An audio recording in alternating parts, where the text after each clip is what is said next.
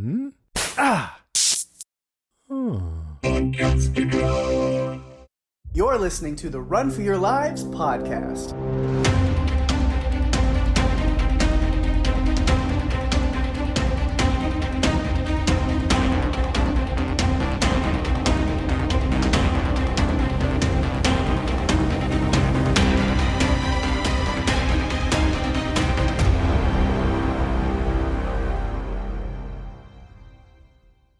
Hey everyone, welcome to the show. I'm Daphne.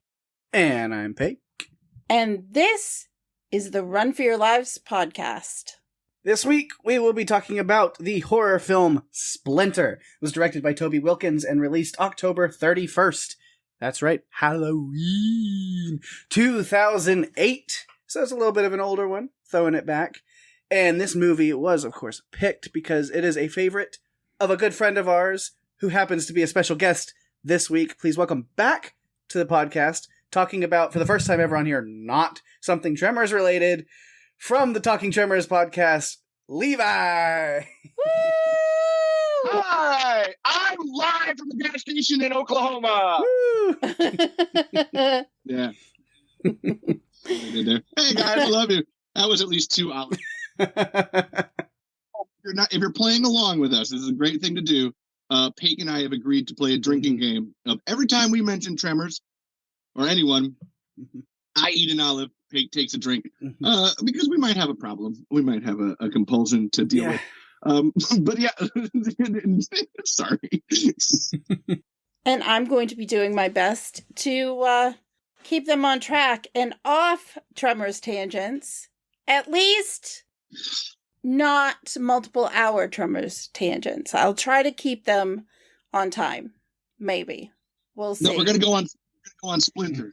They're not tangents today. We're going on Splinter. Okay. Splinters. I like it. Okay. All right. That sounds good. Well, we are going to get into this the way we always do, with a few production notes, which I did not include a lot of them because I kept some things for my notes. So, Hiding things from us. I am. Ooh. Maybe we're hiding something from her, Pake. Could be. Never know. Mm-hmm. So, it was filmed near Oklahoma City in Oklahoma. Oh, hold on one second. I have to stop you because I found this really great note.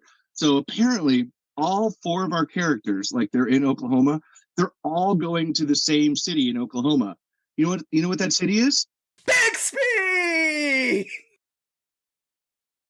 Oh, Lord, help me. Uh-huh. So, you didn't say Tremors, but you're talking about Bixby. Mm-hmm. 3 olives. Take a drink, eat an olive. Okay. I shouldn't drink that. Yeah. I don't know why you keep drinking the olive juice. You already said you're eating... It's just... They're just drinking olive juice out of the jar. It's like extra large, dirty martini, hold the martini. Yep. Yeah, no. I don't know what's up with that. As Pake mentioned, it was released on Halloween in 2008. Grossed $510,000 at the box office. I have no budget info. Was 82 minutes long. Pake, bring us a synopsis. Right. Trapped in an isolated gas station by a voracious splinter parasite that transforms its still-living victims into deadly hosts, a young couple and an escaped convict must find a way to work together to survive this primal terror. Dun, dun, dun. Threw a little extra sauce on it. I don't know why, but it just felt... Booshka. It was good. That was good. This is going to be a fun one. As Peg mentioned, Levi picked this movie for us to cover. So we do things differently when we have a guest on the podcast. We each bring 3 things that we want to talk about. Levi has brought multiple pages of notes that I think may be more than Pake has ever taken for an episode of Run for Your Lives. So we may have a longer than usual episode. I'm going to try to keep it low. I'm going to try to keep an hour and a half. I'm going to try. It's my goal. Okay. I can't 3 see points, and I got other notes. We'll talk about everything we want to. That's how we do. Yeah. Let's kick it off. Levi, we're going to start with you. All right, so I made some assumptions for what I thought you two would pick for your 3. So Okay. if these get close, these are, as I told Daphne, these are after my own heart. Okay. My first one is the lore, rules, and biology of the creature, which is actually something that I love about Tremors. But like, so I watched this movie like for the first time on the Sci-Fi Channel, and I actually found out that it had a life in theaters before the Sci-Fi Channel, which is really weird. But when I was watching it, like as my playback here, there's 2 really great, like, oh shit, that's some nice setup. The first one is as they're panning in the beginning of the movie, there's a sign that says such and such oil company experimental oil extraction site. And if you know Splinter, for anybody that's listening, the shit that's splintering is very oily. Like it has a viscous material to it. Yeah, you know what that was? I didn't even have to look it up. I immediately saw it and I was like, oh, that's a new one for me on practical effects. They were using ferrofluid, which is so That's cool. What I thought. Oh my god, I thought that because there's the bit with the thing, literal. Yeah, it looks like the thing, the little like half hand fingers. Yeah. It's sucking stuff up, and the way that the goo was moving, like it looked exactly like ferrofluid. I didn't research that, so I don't have confirmation, but I mean, it is. If you look at it, it is.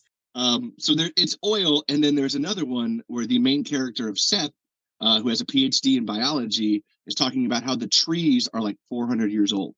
So there's this level of like, here we are, we're in this old growth forest. Oh, they're extracting oil and stuff, and that gives you this lore. Like I'm a huge, like, I love to not like really press on what a lore of a creature is, but why something's there and it's there. And then the other one is the rules, like actually, like, because they do it in Tremors. Damn it, I can't help it. That like one of the coolest things to do in a movie with monsters is finding out why they're attacking you. And that was like, oh, with the heat seeking, okay, now it's following us. These are these different things, like, and you actually get, that's the setup with that guy at least having a PhD in biology of just like, oh, okay, he's seeing a couple of things here, moving on and piecing them together. God damn it, much like Rhonda in Tremors has with time up. You're doing this to yourself. I feel absolved of any guilt because you are the one that's bringing it up. And Pake and I are just listening. This is my fault. They have so many olives to get through also, looking at that jar, so. Yeah. Yeah, that's, like I said, I love in a monster movie the reasoning, like what that adds so much.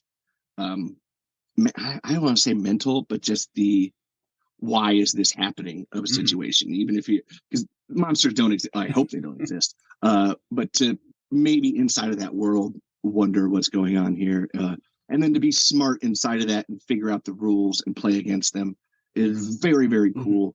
And I just love it so much. I have talked so much already. Somebody says No, that's fine, because when it gets to me, you know how it is. Levi, you listen, and Daphne is forced to listen to me every week. So once I get to one of my points, because we always have guests on, and guest is like, I liked the cinematography, the end, moving on. And I'm like, all right, well, here's my 4 pages of notes about this one character. Here we go. So That's true. Like, there's a legitimate case to be had of like, I have 4 pages on Shea Williams.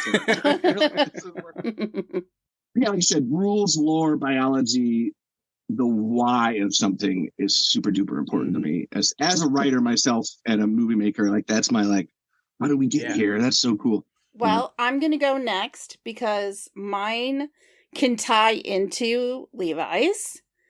And it's basically about the effects for the movie. Practical effects, as you know, are one of our favorite things on Run for Your Lives. Yes. And Toby Wilkins wanted practical effects. And so Quantum Creation Effects did the effects for the movie. They are a company that has done a couple of things, like the costume elements for the Tomorrow War, armor for Black Panther. They also provided armor or costumes for Watchmen, Thor Ragnarok, and The Predator, which I thought was very cool. Nice. In order to do some of these things, they used a variety of performers, including a mime, stunt person, and a gymnast, to build all these jerky movements of the infected. Because I have to tell you, the bone-breaking sounds and things, and the fingers, and yeah, those are things that kind of creep me out a little bit. I know Pake loves them. They're his favorite part in any movie. That stuff's not as bad. The bone-breaking stuff isn't so bad. Are you sure? That one scene in this movie is pretty... It can be like, but no, it's the more... What really gets me when we talk about, like, certain things is, like the more graphic, like, wound, like, pain inflicted on something that already... Yeah. Is there. Like, I mean, it hasn't released at the time we're recording this, so Levi hasn't listened to it. But for those who are listening in real time, we just did Brightburn. And so, like, the scene of the lady pulling the, like, shard of glass slowly out of her eyeball. That, when it's really lingering, or like we did Ready or Not, and you've got a hole shot in your hand, and then you're, like, holding yourself up on a nail with the hole in your hand. Things like that are what really get me. They do. Yeah. I was listening to interviews, and so the guy, Charles Baker, that's the gas station attendant, he's the mime. So you said there's 3 performers? Like there's a gymnast. They use different people to do different parts of it. And so I'm sure he did his part. They had them all 3 do the movements over and over again. And then when they went into the edit room, they just cut which one was doing it at different times. And I was like, that's cool. Oh my God, that's actually... Because they did this jerking kind of filming when it came to the monster.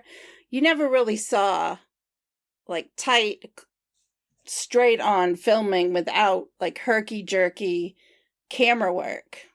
I wouldn't even call it shaky cam. Like, people, I saw it on the internet where it's like, there's a lot of shaky cam. I'm like... It wasn't really shaking it. It was just, like, fast cut. Yeah.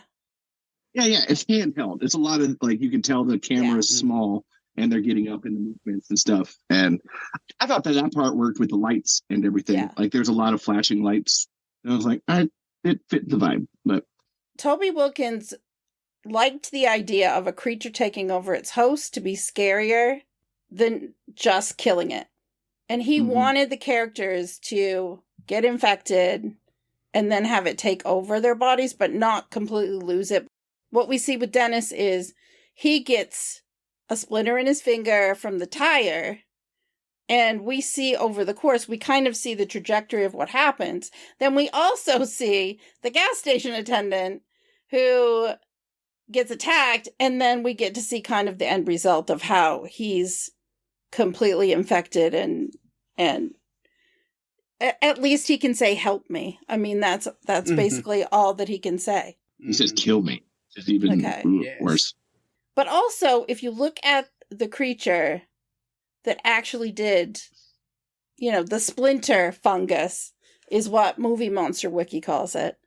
I think that's kind of cool. You're looking at an organism that doesn't really understand human bodies and how they work. So when it takes over, it's bending and contorting and breaking bones. Very The Thing in that way. It's very like, this is the body I'm in, but the logic and logistics of how this body actually works doesn't apply to me. I don't care. Yeah. It moves how it needs to get something done. And that's where I love the shaky cam, because it feels like it's almost infected in a way. And it's moving along with the creature. It seemed very thought out for just being fucking handheld cinematography. Yeah. When I went to read more about the Splinter fungus, I like this definition. It's a parasitic fungus of unknown origin that jabs itself into any organic, sentient creature, like animals and humans. It slowly kills them via the infection, then reanimates their bodies to control them as hosts. I think that's good. It is horrifying. I mean, I find that definition, it kind of connects me to things like Invasion of the Body Snatchers, and things like that, because... I mean, the first thing I'm going to think of is Cordyceps. Yes. Like The Last of Us or Girl with All the Gifts. Yeah. Things like that. So it's very... I mean, and this was before. This was before those came out. Like, It's a very interesting concept, and... He only had a small writing credit. Wilkins added this element to the story. Like, this was the element that he wanted to do. So that's pretty much, that's what I have. Nice. I'm adding on just... That's a good one. It's not really one of my points. So yeah, add on just, the practical effects. Just some of those notes. Yeah, we talked about the ferrofluid, which is really cool to see. I love, again, I enjoy use of practical effects over CGI. Because, like, there was, like, some of the prosthetics and, like, practical effects and dummies and things that were in this movie. I was like, it's supposed to be scary and it's fun and I enjoy it. But, like, that hand skittering and jumping around on the floor, I can't help but just laugh. And it's cracking me up the whole time. I was like, that's the goofiest shit I've seen in my life. And I love it. But I was like, some as like goofy as some of these like prosthetics and dummies and things were practical. I was like, the few times they use CGI, I was like, oh no, that's bad. Go back to the practical always, forever. But yeah, that hand was just something special, something very special to me, and it then made me think. I was like, man, if we need to ever cover another movie that's set in a gas station convenience store, Yoga Hosers is still always on the table. Just saying. What the fuck is that? Don't tell me. I don't know what that is. Yoga Hosers. It's two holy shit, like young girls working in a convenience store, fighting off a horde of Bratzies, which are of course little Nazi bratwursts. It's a Kevin Smith film. Oh my god, I want to watch that. Yeah. I do. Nope, I'm sorry, Daphne. I want to watch that. Tell me this. Is Lily Rose Depp in it? She stars in it. Her and Harley Quinn. Okay. Yeah. Okay. Are the two. Yeah. Yeah. All right. And this is based off... Johnny Depp's in it. He makes a cameo. This is kind of in the Tusk universe, right? Yeah. Because they were in It's Tusk. the same characters. Yeah. Oh my god. It's their spin-off movie. Okay. Well, when we need something fun to do, we'll look at that one. Mm-hmm. And on that note, Pake, what was your point? All right. Let's see. My first one, let me go with, is I just called Survive. Just talking about some of the planning and ideas and things that are heroes. Dennis is not a hero. I wouldn't even say he's an anti-hero. He's a bad guy who's like trying to atone at the end in some way. Anyway, like I was like trying to atone the whole time. Technically, we just don't know that. Yeah, but also like he still held them at gunpoint and threatened to kill Polly so many times and hit her in the face with the butt of the gun and like hijacked their car and like he's still not a.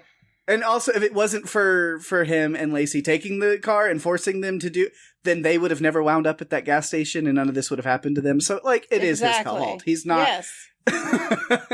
Yes. You know what? I'm actually going to disagree with you there because maybe like they still would have hit the thing on the road and then that would have broken the radiator and then they still would have had to get to the gas station later on. I hadn't thought about that. They might have and they might have died because Dennis wasn't there, because Lacey wasn't there to do something casual. These are butterfly effects. I didn't think about it until you said that. I'm like, they might, because it's still on the same road. They're going the same direction. No, I have to agree with Pake. I don't think that any of this would have happened if they hadn't been carjacked. That's what makes a good story, baby. Yeah. What's your most interesting day in your character's life? Yeah. I mean, I'm glad that, the movie's great with like the story that goes, but I'm just saying, I don't think I would ever call Dennis a hero. He's not a good guy. He's just, but he's there. But they're smart. Like, planning is what I agree. There's like the surviving of like. But yeah, just some of the things that they went through, and some were great ideas, and some not so great. Like hey, let's open a door to the outside and then start making a lot of noise to make sure that this parasite control monster can definitely hear us. of course, there's the cage in front of the door that kept them from leaving. And I was like, well, that might keep something from coming in also. So I guess you're okay there. Might. I don't know, because whatever took Lacey and stuff over this thing, I don't think it really cares about bones and skin or anything else that's going to get in the way of a goal of squeezing itself through a cage and a door. So I think it would have come in anyway. It chopped its own arm off underneath that tunnel. It let its arm go. So. See, they had the police officer show up, and I was like, well, maybe that'll help. And then it's like, no. I mean, they did tell her to get back in her car only like 14 million times. Exactly. So, and she was not listening. She was hyper-focused. We've got Dennis. We've got Dennis. We've got to get him. We've been looking for you. We need to get you in the car. Not listening. Dennis is here. See, nobody cares. No. No. They did. I thought that was a bit overkill. Like the number of times they were trying to get her to listen. Yeah. It's like, just kill her already, please. Right. Because she's not listening. Okay, she's not going to listen. Just do it. Also the weird plan of like, let's just set the forest on fire. And it's like, that's a plan that's going to make Tree Boy uneasy in several ways, I'm sure. I did agree with him. I'm like, yeah, there's a stream of gas or lighter fluid leading right back into the station that you're trapped in. That does sound like an insane idea. I don't know why you ever considered it. Like, they literally have this plan. We're going to light the forest on fire. And they're going through this all whenever. And then he's like, hold on, I have a better idea. All of a sudden. And they literally just drop that plan. They're like, you know what? Yeah, that plan was shit. You're right. Like, oh, let's do these hangers instead of just like, oh, okay, that didn't matter. Or maybe it did. We'll see. Yeah, Seth comes through. He's finally proving to be worth something. Uses the coat hangers through the walk-up window so he can try to get the radio, which is almost a perfect plan, but then Splinterella shows up and gives them a hand. Splinterella. Oh my gosh. Dude. Splinterella. Yes, and then Seth, the soon-to-be biologist, he's a student. He's getting his PhD. But he comes in clutch again, realizing that these splinter monsters work like shriekers, and they're attracted to heat. I was going to do it too. Yeah. Which, well, that's why Skinny Pete out there is deciding to keep snuggling with the hood of the car. Loves the heat. They don't. Pete. Who that was? No. Yeah, that was who that was. Yeah. Because I have a note about that. Because Matt Jones was in Brightburn that we did last week, and then we got Charles Baker in this movie. So back to back, we've got Badger and Skinny Pete reunited, kind of. I mean, back to back, but we're bringing the gang together in the Run for Your Lives universe. Yeah. Oh my gosh, I knew he looked familiar. Yeah, but I did not put two and two together. Oh my gosh. But yeah, so this heat attraction, so. They don't have a bunch of fire extinguishers to Earl Bassett him, so packs of ice bags will work. We'll do that instead. Why am I starting to feel like Pake wants to consume copious amounts of alcohol? And I haven't even been drinking for these because I'm reading, I'm talking. Make Levi eat all of the olives in the jar. Oh my God. That's a lot of olives. I don't know. I'll drink to that. There they go. No. Oh no. Yeah, the ice thing. There's a point I was like, the actual logic and science I'm gonna have to fully ignore a little bit. I was like, wouldn't he warm right back up pretty quickly out of getting out of the ice, especially when he goes outside in like the 90-something degree heat? Like he would have seconds. Which I mean, maybe that's all he needed. But then you see him like going out to the car and like, I don't know how power buttons work. So. I was like, maybe try the power button? I don't know.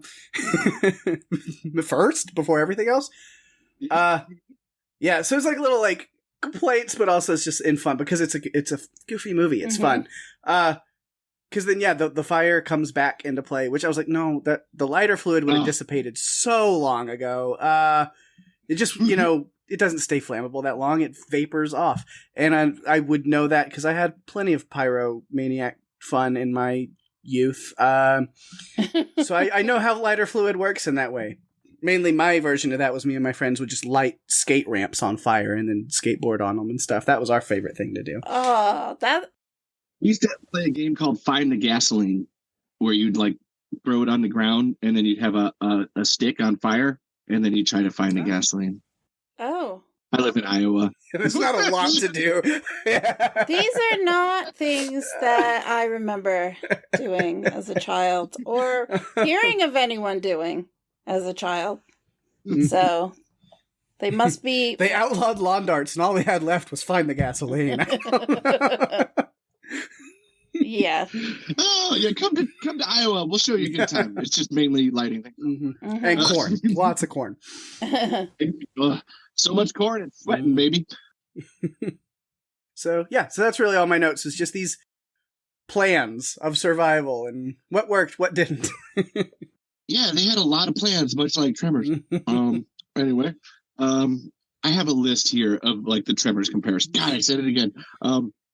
But is it my turn now? It is your turn. So if you feel the need to consume an entire jar of olives and let it all out, Levi, bring us out of the way. Your Tremors to Splinter comparisons. Oh my God, no, they're just here and they have to come up organically, or it's not funny. Don't get through them all, then I'll be like, oh, there's this one. But to Pake's, I love this. Pake set me up for this.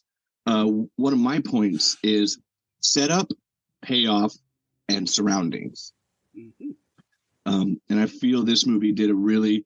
I'll start like using the surroundings of things, like where you're at to make something happen, like that lighter fluid, like using the fridges. Like these are like, oh, okay, here's where you're at and doing that.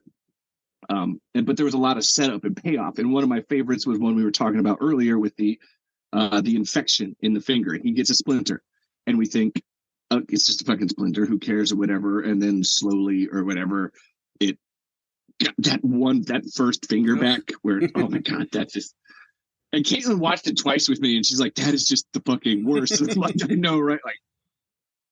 Like, but then slowly going through that, and then even, so like how you were talking about that guy having to like cold down his body. There's some, even if the logic is flawed in it, there's still you have to pay for it. Like he's not like. Goddamn, it's not like Earl Bassett with the fire extinguisher and it's just super easy to go in there.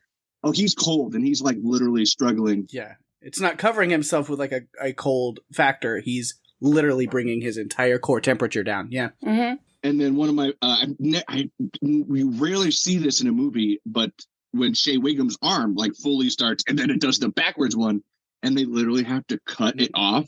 It is, you don't ever get like, this is a consequence. This is a legitimate consequence to something happening. Oh my God, now we're like dealing with it and it's horrifying. Another one, Seth can't ever find keys. Like he can't find the keys for the back door, ever find the keys. And then when he goes to the car, didn't fucking think to grab like the keys out of the sheriff's pocket. Like he can't ever find fucking keys. Shea Wiggum calls that one character firecracker. Always call, hey man, you got a real firecracker there. Always got a real firecracker there. What do they use later on? Actual fireworks. And there's actually great big signs in the background that say, we sell fireworks. It's been there the whole time. Yeah. And then to Pake's point, the lighter fluid, I thought it the whole time where I'm like, okay, that's hey, even while they're doing it, I'm like, you need to light that on fire really quick because it's just going to go nowhere for them to finally bring it back around. Oh no, it's still there. And then it lights the store on fire. And then that's the thing that, oh, we got to light this thing on fire is okay, set up, payoff. And then Ginger. So there's that one, Lacey's all methed out and stuff. And I come from a background of having people that do way too much meth in and around my life. So I've been there, done that. Her like freaking out about Ginger makes it easier to believe later when she's like, there's a man with spikes. And he's just like, sure there is. Oh, that like makes sense for why you would say that, because she's fucking like strung out and stuff. Why would you believe that? I love believable character moments because it's a horror movie. You never want to, oh, these people have to die because they're stupid. You want them to like go through legitimate things. And then my final one is that, and I only caught it on my fourth watch through recently, that wallets and cell phones, give them up. And then he throws out their cell phones, which is why they can't call anybody later. Like, just these little, like, oh, shit, of course, like, why would that happen? It's 2008, you still have a fucking cell phone. But these little setups and payoffs and the surroundings, using the hangers, what's in there, hiding in the fridge, the dustpan. That lighter fluid thing is super stupid, but when they take the dustpan and they put it under there and they're squeezing, I'm like, this is brilliant. It's like, I wonder how much like the director and writers like spent just in like convenience stores looking around to like, okay, what could we use and how would it be used? Well, the gas station that they used, they actually had to build onto to make it bigger. Yeah, it was abandoned. Yeah, they pulled out the front wall, added windows. Yeah, they did some work. It was completely abandoned. Yeah. But the script had been around for a while. Ian Shore had actually had it written for a while. And so then Toby Wilkins came in and like directed it. But whoever wrote it was definitely like, okay, I've been in this 7-Eleven a lot. What could I use in here if there was like a monster attack? I don't know. So that's I don't know about box cutters to cut limbs off. That. Yeah, I have a note. There's a line where he like wakes up screaming, and Polly goes, "It's okay, we're cutting your arm off." And I was like, "Not with a box cutter, you're not." No. I don't know what you're trying to do. Because my first thought is like, yeah, you'll get a nice little layer cut that's gonna just hurt real bad, but there's all kinds of bone and muscle, and it's like that. That's not doing anything. No, I used box cutters for years. They have to use the cinder block to get the rest of it. Like that's like I said, there's weight, literal weight to the action. That is really, I'm just enjoying that so much in a movie. Yeah, like I said, being stuck alone in a general store out in the middle of nowhere, and having to fight a monster that's trying to get you, it's just like,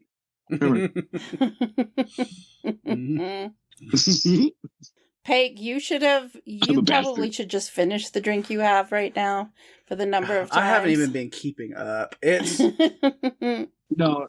There's a lot. I think we're at like 20, so it's fine.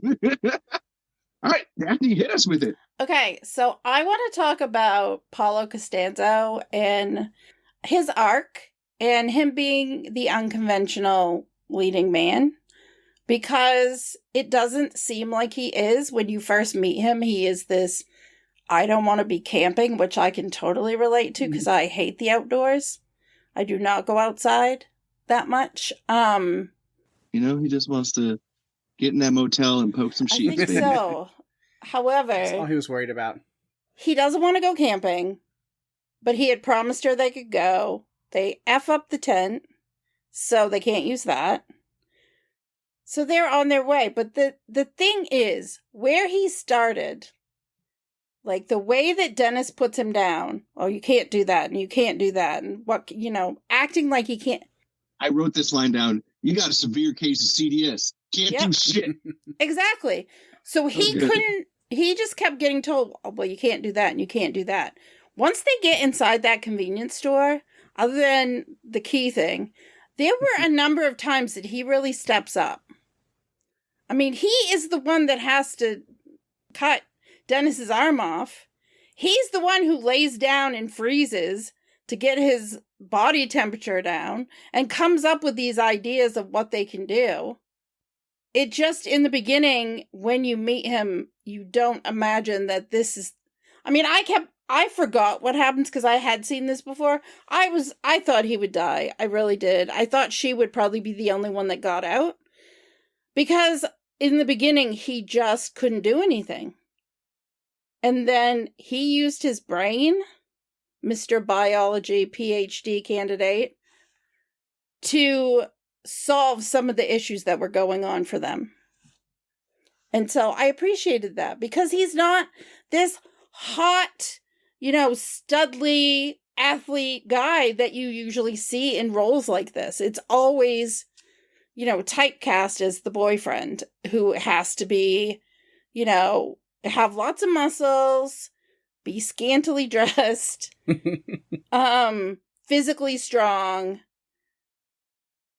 That's what you usually see. I liked that we didn't get that template. We got someone a little bit different that was a little bit deeper because it was obvious he really cared about her. He tried to protect her at different times.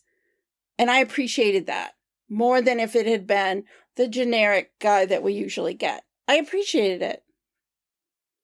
So I think his arc from being the nerdy boyfriend at the beginning to being like a brave protagonist in trying to get them out of the situation they were in, even though it didn't always work, I appreciated it. I mean, I felt like he tried. He was trying to get them out of it. And he didn't get the credit at the beginning, so it kind of was like this arc that was like straight, and then boom, like he changed and became the person he needed to be. And I liked that a lot.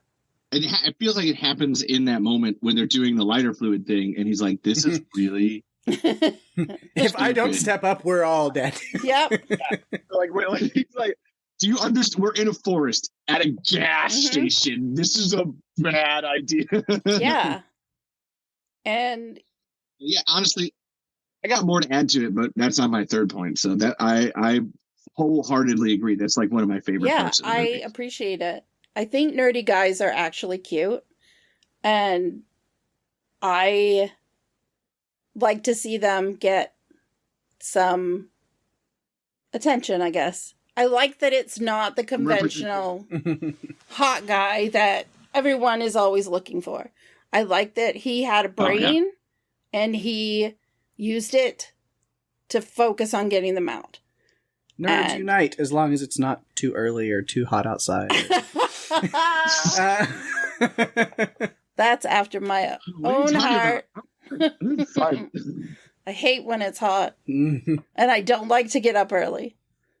I love to go camping with like a nice cabin, bed, and AC, and running water and stuff. Yes. You know, where you go outside and you sit around a little like fire pit and drink and make s'mores and hot dogs and hang out. And then you go back inside to a like cabin with electricity and air conditioning and running water. I'm down with that kind of camping anytime. Let's do it. But yeah. I like the Airbnb form of camping, where you go to a place that you're not really used to. It has like an outdoor area to gather, but inside you've got a TV and games and fun stuff that you can do. Like, that sounds like a trip I'm taking not that far from now. Does that have to do with another podcast? Is there another podcast that you guys do? It's kind of a, it's an annual thing that we do. Yeah. Oh, you're going to Tremors Fest to do the Talking Tremors podcast. Yeah, okay. Sure. Levi, we sorry. tried to go to Tremors Fest. We absolutely had it planned out. It did not work this time. If it had been my choice, I would have canceled it, and I would have seen you next year. All right, we've talked about a lot of stuff, so my points are getting shorter, which is fine. The last thing that needs to be longer. So yeah, I wanted to talk a little bit about Dennis. Dennis. A little bit. Talked about him a little, but more. And Levi pointed this out earlier. You get like the character's humanized a little bit, as you say, because at first it's like, oh, he's some, convict on the run, bad person, holding people up, hijacking people, taking their stuff. But then you feel a little bad for him because he's like balancing. He's got Lacey with him, who clearly is like going through withdrawals or strung out on something, and he can't tell which it is. And he's like, my whole point is like his goal. He's like, I need to pay back and atone for my past sins, and then get her somewhere where the law isn't after her and me, and focus on getting her clean and getting her in a better place. And so he does have a good intention, and he's trying to do something better in life, and you feel a little bad because you can just tell through their conversation and the way like when she's holding a gun on him, freaking out about Ginger, and he's like, Ginger's been dead, like that's not your dog. Like, do you hear what you're talking about? And like you can see, like even with a gun in his face, how calmly he's able to like talk her down. It's like he has been up and down this road a million times. This is natural for him, and you see him just having the patience with her that he does. And trying to be supportive. She's like, I would do this. Is like, even if she hates it, who's my cowgirl? Like he's like, let's just get the next thing done, and we're going to get you to a place where you need to be. So I will give him some credit for that. Also, I was like, who is this guy? My last D&D character, just taking money everywhere he goes. Hey, had that written down where it's like, hey man, you're in a gas station, get some smokes, eat some fucking like peanut M&Ms, and take all the money out of the till. That's just smart. Nobody around. Why not?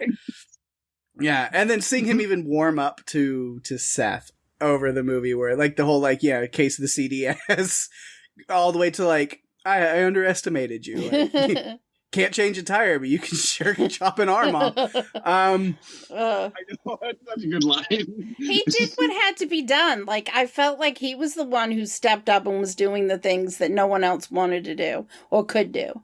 So, yeah. Yeah, and then this, like, humanizing and making him a better person of, like, we learn he was responsible for the death of an innocent person, and he's got this kind of noble plan of, now I've got this set of money that all of it is going to the widow. And I did really like the line where he's like, I figure if I can have a second chance, then she deserves it too. And that's great. He's trying to atone. And then, there's been plenty of references to that other movie for Levi. So I'm going to throw one to Daphne now, with Dennis's kind of last hurrah, big sacrificing himself moment. He goes full on the Alan Grant approach, distracting with the flare. Which was nice. That did not go unnoticed. Leading old Clumpy McGee right back into the store after him. Which didn't go great. And then I was like, before the movie ended, I was like, can I just write like the ending? And I was like, well, Dennis dies in front of the gas station. After giving Seth and Polly the keys and the info to get the money to the widow, he does a final good deed after stopping the monster. Skinny Pete and Polly's car lived happily ever after together, snuggled up, and never mind. Dennis said fuck it and blew the whole place to hell. That works too. Oh man. Because that's like, again, like they showed that you can sit there and shoot and shoot and shoot and shoot this creature and it doesn't do anything to it. But here we have Skinny Pete who just like bypasses Seth because of the heat. And then I'm just like, what is he doing? Is he just trying to cuddle with the car the whole movie? That's what he's doing on there. Like I was legit, because I watched it 4 times, and I think that's like, it's the what Seth says about the instinct of the creature, and it's like a plant root like seeking out. That car engine is just so hot that it's just like, I assume that this is food, and maybe if I stay here long enough, I can eat it. I found so that was my like little headcanon before the whole place blew up. I was just like, and then Skinny Pete and Polly's Jeep just. They lived happily ever after together. They were a great couple. Wedding bells are in the future. Yeah. Well, hilariously enough, both of you hit on my third point, but not like all the way, which is actually gender flipping character arcs all the way. Like I really love exactly what Daphne was saying, that here we have at the beginning, Polly and her crackers, being more of the badass in the group. And as someone that can drive stick, I'm always, every time you can't, I'm just like, learn how to drive stick. It's not that fucking hard. But like, no, it's hard. It's like, I can't drive a stick. I could if it was life or death, I could probably do it. Yeah, I'm the same boat. It was like, I could learn if I needed to, but like, manual transmission exists for a reason. Why would I want to? Right. I had to learn death, so I think you can do it. I've done it before. Like I've learned. I know how. It's just I haven't done it. Or automatic transmission. Yeah, flip in my head. Yeah, automatic transmission exists for a reason. Why would I want to? Yeah. Yeah. No, you wouldn't. Why would you? And then even Lacey's character. And it's so weird every time I say Lacey because my sister's name is Lacey, so it's just like it rings in my head, just really fucking weird. But being incredibly meth and strung out. But not being a damsel in distress, but being like the saddest character in the whole movie. Usually that's like not even like you'd pity or you'd be angry at, but there's some actions that like that Ginger thing is so sad. Like it's like you are clearly however many days she's not on meth. That's actually specifically she said she's like a day. Yeah, I mean, I can tell. Look at it, it's like that's withdrawal symptoms. Yeah. But it's just like, damn, girl. Was getting like fucked up. Am I wrong, or did she hide something in her tampon? Yeah, that's what it seems. Yeah. Yeah. Yes. I just caught that on my last watch. Like, she rips it open and then, like, dumps something out. I'm like, I hope that's not used. Sorry. But then to both of your points, and actually I feel like expanding on it, that Dennis and Seth over here are fabulously written characters. Like, I know, and I agree with Pake that Dennis is, I actually wrote down, D stands for dick, but it doesn't stand for dumbass. Like, he's totally like a kind of a piece of shit. And even though he does have the like, oh, I'm doing this for somebody else kind of a thing, which is actually very, very well written. It doesn't seem like ham-fisted or cliche. Like, when you find out, you're like, oh, because you actually hear him say it sort of in the beginning of the movie when they're talking about, we need to get someplace so we can do this. I have like something else happening. And you're like, oh, okay. So that's there. That's set up. But then his slow, and it's because of Seth. It seems like watching him, and he has a great fucking line that I wrote down because it was cold when they're first in the gas station and Polly's going to do something and he stops him and he says, "You ain't no hero, kid. We both know that." And it is just like, oh, like, fuck you, man. Like an absolute instruction. And in a great, I always think of the Avengers thing where you're not the guy to lay down his life and make the sacrifice play. And it's like, oh, but he actually is. Like, Seth is the one there at the end actually do the sacrifice play. He is the hero here. You don't expect it coming, but it's just like, that's really fucking good. And even to the Lacey and Dennis point, how I said it earlier, where you want your characters in a horror movie to make sensible decisions. Otherwise, you're just like, why don't you die? When she goes down that first time and she's like, Lacey is dead, and then Dennis is just at that window, just like, baby, like, he's looking at her and he finally sees that she's moving, but she's not like for real moving. And he goes out there and gets it. It has been set up well enough in the movie that it's like, oh, he would plausibly like do that. Like, he is so in love with her, and it's not even a love. He's really afraid for her of like, oh, she's fucked up. It happened, and him dragging that body, even though he can't see it, but the arm thing is happening. It makes so much sense. Like, it shouldn't, but it's like, no, that's a great character thing. Maybe not a great horror movie thing, but that's really well done, really well plotted. And then like I said, just watching these two people grow, and there's a great moment at the end where, and I do have, my only complaint with this movie is the shotgun noise. There's like, that shotgun is way too fucking quiet. Next to the cock is even louder. But like, Seth comes in and is being the hero in that moment, and then Dennis is like, "Hey, catch!" and throws it to him, and he's just fucking doing the one-handed fucking Arnold shoots, and I'm just like, this is awesome. This is kind of implausible. This is so cool. And it all comes back around to, there's a great line at the beginning when they're doing the tent, and Polly tells Seth, she's like, "Don't you always tell me we have to be smarter than the thing that we're working against?" And it actually works in two ways, for the Splinter thing and then for the hostage situation. And there's two of these great stories kind of going with each other, of like, you're fighting both, learning against and like growing with each other. And it's why I really seem to love this movie. Like, the practical effects are amazing. The creature is amazing, the location, but it's that we actually go through a journey with these four people, three by the end, because one's dead. And it's very plausible. I watch a lot of Sci-Fi Channel original monster movies. It's my favorite fucking thing in the world. And when I say it, that this is just the best of the best when it comes to that, like, low budget, but they don't care. They're putting it all on the line. And it's it's just really well done. You guys don't ever say anything when I'm talking. I'm just like, we're listening. I'm enraptured by your incredible breaking down of arcs and tropes and plots. I love it. Thank you. I like I said, I wanted to come prepared, and that was, like I said, that's why I picked this movie, and it's always stuck with me since I watched it when I was like, it would have been 12 or 1991 or 15 or something like that in 2008. And it's a great story.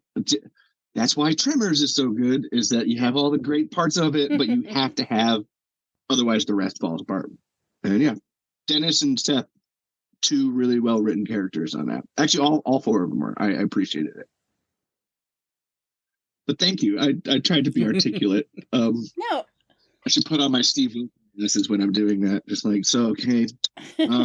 Apparently, when creating a monster like this, you have to account for certain things in the story, in the tropes. That does count. Yeah, I took it. Yeah, let's try not to tangent too much, but no, I will always remember with Tremors Fest last year, and maybe we talked about this on the episode where we had you come on to just kind of break that weekend down, but the costume contest and you coming out dressed as Steve while he was like judging the band, like. And I will say, okay, so I gotta say, I actually came up mine for this year is you're gonna fucking love this. This is so, because I have to keep. I can't do people on screen. I got to do people behind the screen, but I always got to flip it up a little bit. So if you know something about the behind the scenes of Tremors, I'll eat my olives when I'm done here. Don't worry, I'm keeping track. Ron Underwood actually did he stunt doubled for Rhonda at the end of the movie. Like, and he's like, there's behind the scenes pictures with him in like a Rhonda wig and that purple shirt. Oh my gosh. And I'm like, that's what I'm going to dress up as. I'm not going to dress up as Underwood as Ron. Oh, I think that's fantastic. I love it. I'm really like, and as a trans person, I'm just like, yeah, that one's really going to piss a couple of people off in the theater. I'm excited about that one. That'll be good. Man. But yeah. I know I mentioned this on the episode where we talked about the festival, but with Ron Underwood being there and getting to meet him, because I mean, as much as like Michael Gross was incredible, Steve Wilson, incredible, so many, but like Ron Underwood, to like, for me, like this other like childhood connection of being like, yes, Tremors is all of this to me, but I was like, but also I made sure to like thank him. I was like, also thank you for Mighty Joe Young, because that movie was one of my like absolute biggest like childhood things that I watched so many times. So yes, I was in a bar a couple weeks ago and they had a VHS of Mighty Joe Young, and I had to stop all my friends and be like, "They're fucking Mighty Joe Young over there." Like, what? Why do you care so much? I'm like, because you'll just make fun of me. It's one of my favorites as a kid, and then being like, oh, putting that like two and two together is like, oh, Ron Underwood directed that too. Like, I didn't think about directors and stuff as a kid. I was like, I don't. But then as an adult, realizing that, and be like, oh, you made two of my favorite things. I love you. Stellar. 9 drinks worth, and it's now Daphne's turn. It is. 9 drinks okay. worth. So we've already talked about Dennis quite a bit, but what I want to talk about is really how underrated Shea Wiggum is as an actor. Okay. He's one of those actors that you see in movies and you're, oh, that's that guy. He's in this movie and that movie, but you don't remember his name. Well, at Run for Your Lives, we do, because he was in one of my favorite movies that we've ever covered that I had never seen before we covered it, Kong Skull Island. Oh, yes. He had a great role there where he sacrificed himself. Just saying. Oh, but that's one of my favorite twists on that trope, too, where you're like... One of those scenes that's like, it shouldn't be funny, but it's so funny. Yep. He was in Joker. He was in Bad Times at the RFYL. He was in American Hustle. He was in Machete. He's been in so many movies. And I feel like I overlook it. It's like, oh yeah, that's that guy again. He's been in all these things. I've had a thing since I first saw this movie of like, because Shea Wiggum fucking knocks it out of the park. And actually was looking behind, like the director was talking that when they casted Shea Wiggum, the rest of the movie became easy. Like they like, oh, okay, here's our performance, and like worked around it. Ever since I first saw this, I have been like that. For every time Shea Wiggum shows up in a movie, I'm like, oh my God, it's Shea Wiggum. And Caitlin's always like, what the fuck are you talking? Who is this? Why do you care so much? Yeah, he actually was the first one cast for the movie, and he ad-libbed a lot of the dialogue that his character said, which I thought was cool. But yeah, I just feel like he doesn't get enough attention because he's a character actor, kind of, and he's not, you don't think, Shea Wiggum would be great in that role. I don't think about that. But then when you see him on the screen, it's like, oh man, I don't know if anyone else could have played it like that. Like, this is great. And his character had some depth there because like we've already said, you think he's bad. You think he's all bad. And then you find out what he's wanting to do, which I don't know, Levi, if you watch baseball, but I know that Pake is a baseball fan. So the address that's on is it a dog tag or like a little necklace? Yeah. Is 1060 West Addison, Chicago, Illinois. That's actually the address for Wrigley Field. I've been there. Michael Gross would like that. Yeah. So yeah, I just wanted to bring some attention to Shea Wiggum. I think he's definitely underrated as an actor, and I looked at his bio to see if there were any other movies we could do, and I think there are a couple that he's in that could fit our Run for Your Lives world. No, he's fantastic. I told Daphne this last night, Pake, but I put on Take Shelter after I watched Splinter, and I was like, look at Shea Wiggum's in this. He's back. So that brings us to you, Peg. What do you have for us? For my last little thing, again, something I think we've talked about a lot, but the infection and the monster, the subsequent monster, we've talked a lot about it, but just little things, like early on in the movie, again, it was like, oop, Dennis got a splinter. Dun, dun, dun, name of the movie. Boom. And then the animal that they run over, which again, like somebody thought, because I was just like, talking about Charles Baker, Skinny Pete there. I was like, and he gets attacked by a fuzzy, blurry something. Don't know what that was. I still don't think I know what the animal was the entire movie. He said it was raccoon in an interview. That's what he said it was. Because I was like, it's the thing.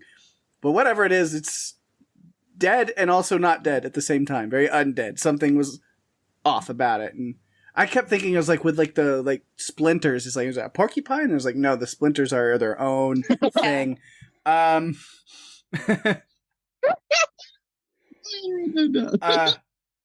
then the man with spikes from the bathroom that emerges, being scary with all of his body breaking dance moves. And there's the lines like, it tore right through her, and I was like, I'll have to take your word for it because all I saw was blurs, and then she fell on the floor. But okay, yeah. But yeah, then we get the cool, creepy half hand moving around on its own, and then all the fun effects with that, kind of the thing as I made that reference. And you get, this creature that has formed off of Lacey just jumping and climbing around, slanging splinties all over the place. Ripping cops in half and then having them stitch themselves back together. And all of that's kind of scary and stuff. Cool. But then, there's a close-up of a cicada, that little monster. I knew you were going to bring that up. Yeah, and then again, just seeing Dennis slowly being infected and then the parasite getting handsy without his consent at a point. God damn it. Jesus Christ. And then Polly using the firecrackers and the creature just going all over. I'm like, ooh, pretty. Oh my God. Using the firecrackers. Fucking A, Pake. And that was great. The different bodies all fused together at the end literally became the beast with two backs. And then that thing just keeps coming in there and starts headbanging like a giraffe in a fight. The hand cracked me up again when it gets shot with the shotgun and goes flying into the fire. Whee! I was like, there he goes. And then, then that still unknown animal at the end, the very end of the movie, right before credits, doing its best impression of the album cover of Suicide Silence. This is The Cleansing. That's a very specific reference for people, but if you ever look up The Cleansing album cover from the band Suicide Silence, that's what that last shot was. Hold on, I gotta write it. Cleansing. All right, are you done? That's Pink? it. Sorry, Yeah. I gotta keep us. I'm trying to keep us All on I track. got. Because then, I mean, I've got other notes. I think I've got a few other random notes, but that's kind of my main point. Yeah, I've got some notes too. Okay, hit your notes, because I have a fun question for the end, for my ender. Okay, so. well, I'll talk about gas stations. So, gas stations... We're going to learn some stuff. Here we go. No, gas stations in movies have been kind of a thing. This is one where most of the movie took place in a gas station. There have been other things that have happened in gas stations along the way. Some of these movies we have covered, some we haven't yet. One is not a horror movie, but I wanted to talk about it anyway, and it's No Country for Old Men, if either of you have ever seen that. Explosions in the gas station and the birds. There's a phone booth scene in the movie Duel that is outside a gas station. There's the famous gas station in The Hills Have Eyes. Deliverance and Texas Chainsaw Massacre have the creepy gas station attendants, as does The Cabin in the Woods. And Tucker and Dale versus Evil. And Tucker, guess what? And Tucker and Dale versus Evil was the next one on the list, Pake. Nice. I did not leave them out. There's a French movie called High Tension that also has some scenes within a convenience store. And there's another movie called Open 24 Hours that is trapped in a gas station premise. Although I don't think the antagonist is quite as prickly. So yeah, so those are the things. Those are just some. There's a lot more, but those are ones I wanted to point out because some we've covered. There's actually a great twist on gas stations that I was reading, where usually at your gas station, that's where the harbinger is placed, if you know, like stories and such. And so in this movie, you would expect that. However, the harbinger is literally the first one that gets taken over. So there's no one to warn the characters of what's happening. Exactly.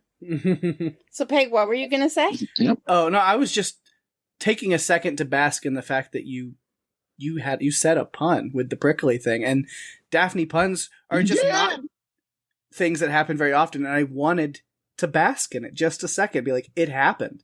There's audio evidence. And Buffalo is changing her. Slowly but surely, we're getting there. I mean, I could easily take it out, but I was really proud of that one too. Yeah, as you should be. Should be. So, yeah. Golf clap. Golf clap. So that is one part.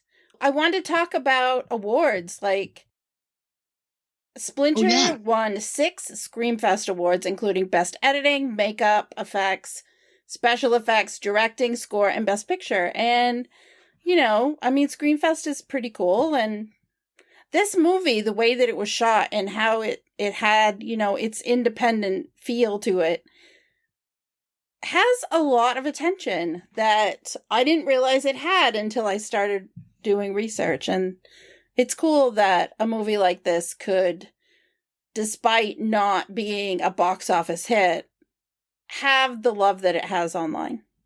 So it's cool.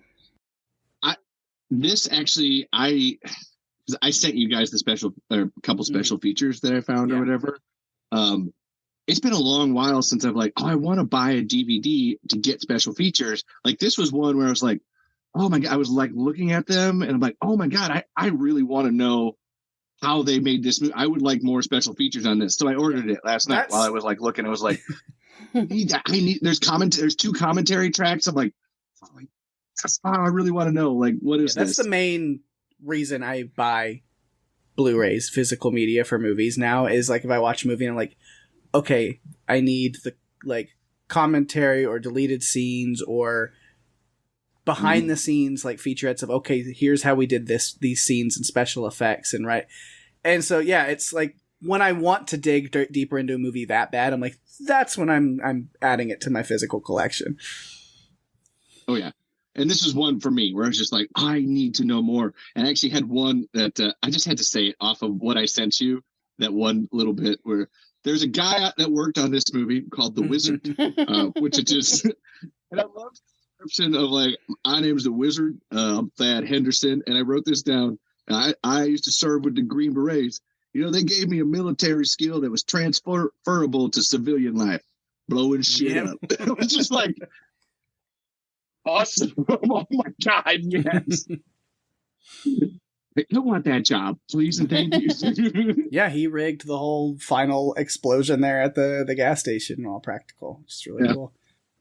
Yes, especially like this seems like a movie that got, it may be not as seen as much, but people that see it, there's no like, oh, this is a piece of shit. Everybody's like, oh my God, this is a like legitimately good movie for what this is. And like I would give it an 8 out of 10. I was thinking about it. I think like a solid, like I almost would call it a perfect movie besides some things, but so I was just like, give it an 8, maybe an 8.5 out of 10 on this one. Just like we stopped rating movies on a scale after like first season because we're like, the range of stuff we do, it's like you can't compare and contrast after a point. No. It's like I meant from my own personal metric, where I was like, what would I actually rate this? And I'm like, like solid 8.5. Like this is really, we can't go back in time and change and upgrade different movies. So we just decided that it needed to go, and we've evolved over this is season 8 basically. So yeah, we've evolved since then. You've taken a new splinter. You've splintered off. Yeah. And done. That's the only pun I've got this episode, is that one. I'm going back to it. And it was, are you guys done? Because I have one question. I was looking if I've got some extra notes. Not a lot. Oh, no, if you do, hit me. Cape Cod potato chips with Charles Baker at the beginning. Those are pretty good. I get not wanting to share with the creature. No, that's his hat, too. The I Heart Bikinis hat. He showed up to an audition with that hat. That's why he got the part. Let's see. Yeah, just very different couples at the beginning. You know, Seth and Polly that wish they could be outdoors people, but they're not. Especially Seth. And then Dennis and Lacey definitely on the run or something. And then it's like, I don't think pushing a truck 10 feet off the road is going to do much for you, but all right. Unfortunately, just never stop for strangers. Bad move. But now our four together. Never. And then immediately, like, I'm picking up, I'm like, Lacey looks rough. Like, she's sick or something. And then you're like, yeah, that's withdrawal. She's in a bad spot.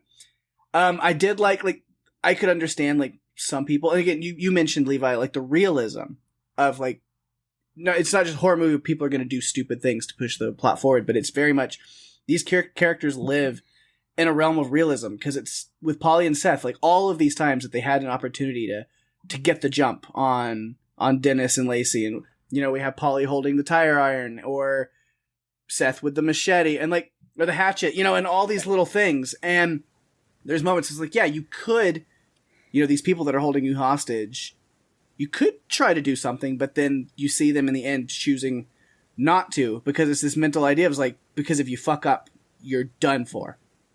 And you kind of have each other in mind, because I thoroughly, if I was in that situation, would believe, especially Dennis, is going to kill me if I do. It's like, he's believable. So it's like, and as Seth says in the gas station later, he's like, you know, 80% or 90% of hostage situations end fine if you just fucking go along with it and don't. And so they're going into it with that mentality, especially Seth. And so you're like, yeah, no, I get it. I would be very, you know, nervous, especially with the whole Ginger part where you're like, oh, she's full blown lost it. Like, this is, oh no, where she's at gunpoint forcing me to help a very dead animal. I don't know this is not good. It's one of my favorite parts of the movie, that Ginger, where you're just like, oh my, and everybody's just like, no, it's dead. Like, Dennis says it before they go, Ginger's dead, baby. Yeah, looking at it, and he's like, what the fuck is wrong with you? You can't see this. What do you want me to do? I don't, He's just waving his arms over it like he's trying to magically heal it. Like, is that working? No. It's not working. And so I like that moment along those lines where Dennis goes outside to go to Lacey's body, and they're having this whole argument of like, lock his ass outside, just lock the door. And it's like, he has a gun, he'll just shoot the glass out. And it's like, how many bullets did he shoot? Can we do? And like, there's this whole conversation of like, can we get away with doing that at this moment? And it's just very real. Like these people in this moment being like, do we do something or do we just like let it play out? I don't know. Actually, that's the first like moment of like stepping up, like because Polly's like gonna leave him out there, and like then Dennis like is legit pointing the glass, and Seth is like comes around like, no, we have to let him in. Like this is we're gonna make this worse unless we just fucking let him in. Yeah, and it's his first moment in the movie. Yeah, so that's all the notes that I had there. Fuck yeah. I mean, I have like pages and pages and pages. We're not gonna eat any olives for this, but I'm just gonna go through my list of like what I thought Tremors and Splinters had in common. And that was ass blasters and shriekers, infrared, heat-seeking splinter creature, Rhonda seismology, Seth biology. We're using their talents for the field. We're stuck in Chang's. We're stuck in a gas station. We're in an isolated location. Plans. Creatures are instinctual and patient. And then even hydraulic hand puppets behind them. And then, of course, the final and best one, using a fire extinguisher to hide heat, and then using ice cold ice to hide your heat. Like, that's a drink the olive juice for that. That was all of them there. That's a finisher. Yeah, that's a buffalo. Oh, I buffaloed with this hand. That's a finish to the drink. I love you, don't make it weird. Just water, but... but if you're done, I have a really interesting question. Oh boy, should I be scared? No, this is really good. This is one that like I feel like your show would know how to handle. So this is a movie that in the world of sequels, remakes, and reboots is like, I would really love a sequel to this. So what is your Splinters? If you're like, I assume like I made a trilogy with Splinter, Splinters, and Splintering. Well, there is a Splinters movie that came out in 2018, but it has nothing to do with this. And I don't care. I need it to follow up to this somehow. So what's your Splinters movie? How would you take this somewhere in a sequel? I mean, I could start. Yeah. I'm sure you have ideas. Well, hey, I've got an idea. I would take it in some sort of camping trip out in the middle of the woods. It's this cool area. Like, I mean, they were down this road. I mean, that area where they were going to camp, they could make that, I mean, they could explore that maybe, having... There was houses. I saw mailboxes on the road, so there's like... Right, so I mean, it could happen at the campground, and then, you know, whoever isn't infected or dying could run to a house nearby. Like, I feel like you would have to keep it in the same area. But I don't think I would want a sequel at all. And the reason I don't want a sequel is because I do believe that in some cases, things need to be left alone. And there is just too much of this rebooting for rebooting's sake. I'll give you that. In doing something a little fresher with it and wanting to kind of amplify the original movie by creating a sequel, I can get behind that, because I think sometimes some of the movies like this one fall between the cracks and people don't really know about it until years later. And, you know, if you can come up with a clever idea to do a sequel, okay, but it's got to be a good idea. It can't be just another gas station or something exactly like that. It's got to be a different situation. You could even have it that someone kills one of them or hits one with a car and takes it back, and somehow they get infected and they go home. Like, put it in a community more. I mean, you could do that. Or Pake. What? Or this incredible idea that, I don't know, the movie might be terrible, but here's my pitch for it. I was thinking about it, and I like this. The end of this movie, we see that it's still there, but then I don't think that specific creature matters. But it's still in that forest. I'm going back to what Levi had said earlier with the oil. And it's in this forest, it's in this area, and this oil company has been pulling oil from this area.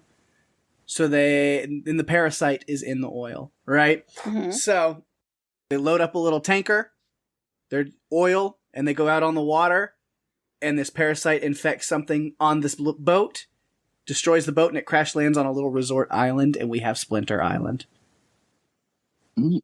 Fuck Boom. You. Fuck you. God. I'm eating an olive for that one. That doesn't count. I think that's fantastic, Pake. No, that's good. Until you said the title, that was. I actually like the idea of it infecting something in the ocean, maybe. Splinter sharks. Well, I mean, we have Cocaine Bear, Pig. Yeah. We all know what a hit that was. So, is it really? You know, I don't know. I mean, a barracuda. Oh man! Now I get it. So there, Levi. I hope that we answered your question. No, it was more just like it exploring like ideas. Mine was actually I would put it in an apartment, like an apartment complex, because what I think this movie does really well is the isolation. Mm-hmm. So wherever you take it, you don't want it to like. You don't want the story to spread. Obviously, you don't want the thing to spread. That's part of the plot. But I think, like, honestly, the campground works too. But just like taking it somewhere with just a few more people to kind of like, yeah, that's there's a hotel on the island. What we call it? Actually, there's a hotel on the island, or there's little beach houses and resorts and stuff. But just to up that little making the creature bigger almost, because that's what was cool about it was when it was like pulling fucking pieces together and becoming a more giant creature. And then you want your goal to become, we have to stop this from getting my God, out, what's that massive thing? It's all the Cabana Boys in one. Oh my gosh. All the boys, and they're so hot. Why is it still sexy? I know. Oh man. I don't know. It just felt like an interesting question to sort of wrap things up. Just like, because you're a horror podcast. Horror sequels are just a dime a dozen. But I agree with Daphne that it's got to be a good story to bring focus to this original one, and if you want it to become a series, that's where it's like, I don't know, just like right, not just a reboot, not just a redo, not just a remake. And I wouldn't want to see a remake at all, honestly.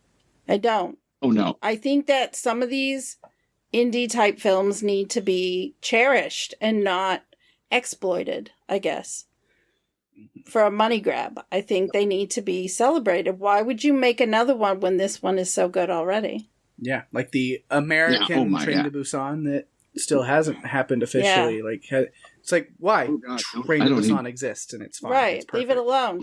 Yeah. If you don't like subtitles, watch it with subtitles. Too bad. Watch them. That's our stance on that too.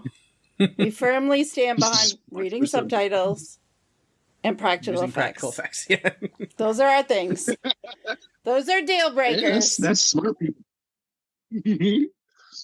But yeah, I would agree with both of you on that. I just had to ask a fun. It seems like a movie rife for a sequel, so it's kind of just like, why not? Like right there, just that little bit of extra love. So yeah, cool. I don't know.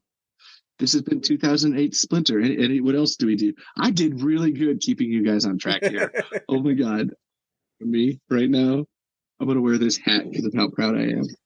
Okay, it doesn't fit over my fucking headphones. No, I learned, well, at least with audio-only podcasts, it doesn't matter as much, but I learned on a recent Buffalo that, I had like a whole hood and like cloak on, and it doesn't work with the headphones because, like I said, it's like the headphones go over the hood, and then it just kind of like holds the hood to my face, and it looks weird.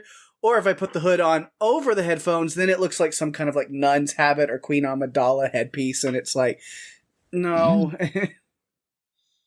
I still wonder what you were eating in this stuff episode. I know what it is. I'm with Daphne. Do I like that fourth wall? Sure. Oh, no, because No, again, it's just a no. visual gag that's not good for anybody listening.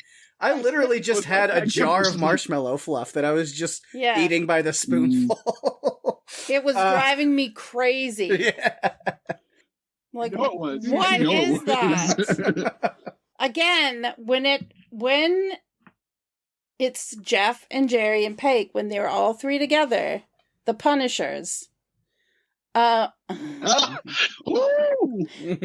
Daphne. They're the Punishers.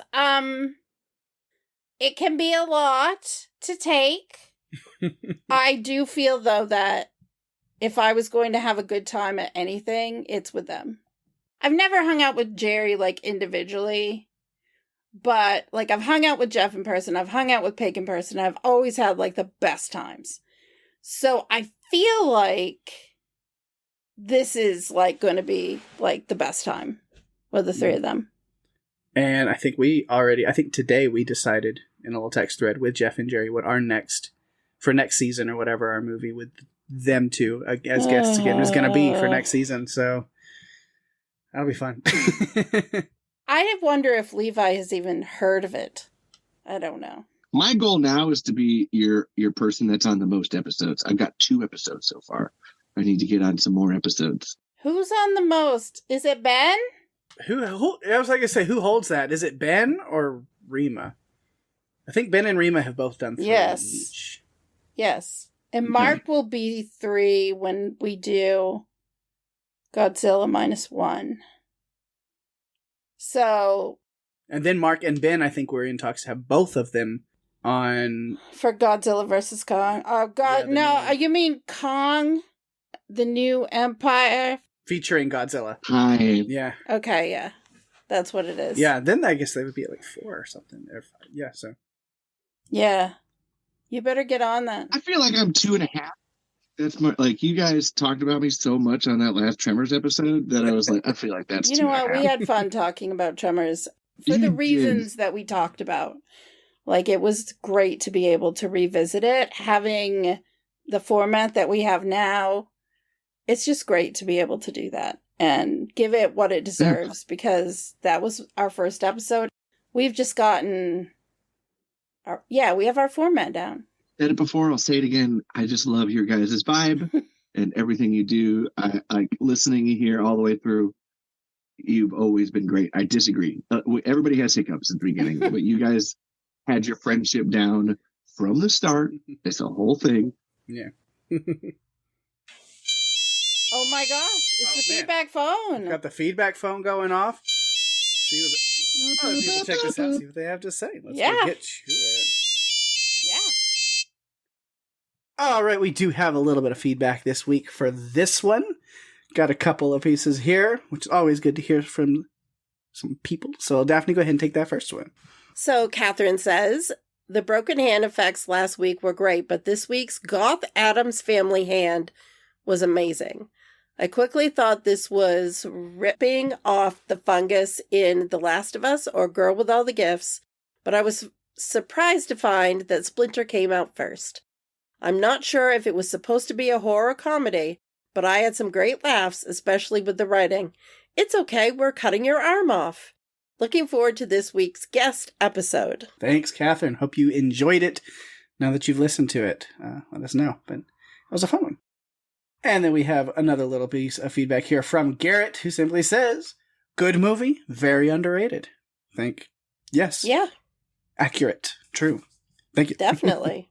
Well, if you'd like to submit feedback like Catherine or Garrett, you can find us on Facebook and Instagram at Run For Your Lives Podcast. You can email us, runforyourlivespodcast@gmail.com. And if you're enjoying the show, tell your friends. We are available on all the podcast players, including Apple, Spotify, and YouTube. Go to runforyourlivespodcast.com for all the links that you'll ever need.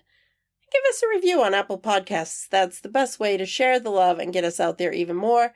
We really appreciate it. We do indeed. Absolutely. Of course, speaking of sharing the love, got to give those shout outs to things going on in the Podcastica universe around us.